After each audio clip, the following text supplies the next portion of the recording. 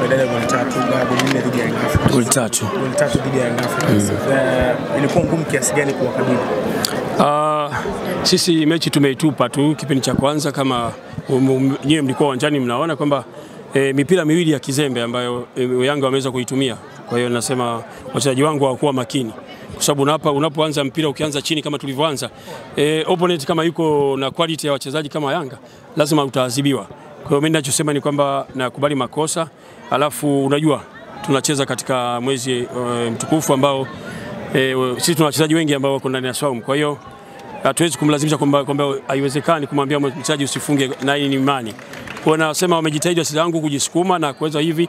Mimi wakati ziko 2-1 nikajua itakuwa 2-2, pengine naweza tukaiongoza mechi, lakini baadaye tukafanya uzembe tena mwingine wa kutokuwa wazuri katika marking, na hiyo ndio imetukosti tena wakapata goli la 3. Kwa hiyo ikawa ametuvunja tena nguvu. Kwanza tunaona mlima mrefu kupanda, ukiangalia situation yenyewe ya mpira, ukiangalia mwezi wenyewe tulivyo sasa, wachezaji hawezi kujitoa katika ile 100% kwa sababu tu mwili nao inakwambia hapa nimefika mwisho. Kama unaona mabadiliko tulikuwa tunafanya kila wakati, yote iliyoendana tu kwa sababu ya energy inakwisha, kwa sababu mechi imechezwa jioni. Ingechezwa usiku inakuwa kidogo afadhali, watu wameshaftari atatende, energy inakwepa. Kwa hiyo nasema all in all ni wapongezi wapinzani wetu, wameweza kuvuka hatua hii, lakini sisi kwetu masikitiko, tutajipanga katika michezo mingine na kuja ligi. Mwalimu, technically kipindi cha kwanza ulimuingiza Kikwete uwanjani, imekuwa substitution ya mapema sana. Uliona nini na unataka kubadilisha nini na ambacho pia hakikufanikiwa? Niliona katikati wenzetu wamedominate kidogo pale, kwa hiyo ilibidi lazima nifanye mabadiliko ya haraka kwa kisha, na alivyoingia Kikwete basi timu iliweza kukaa sawa sawa, na mimi ndio wakaona tukawa tunasukuma mashambulizi kwao,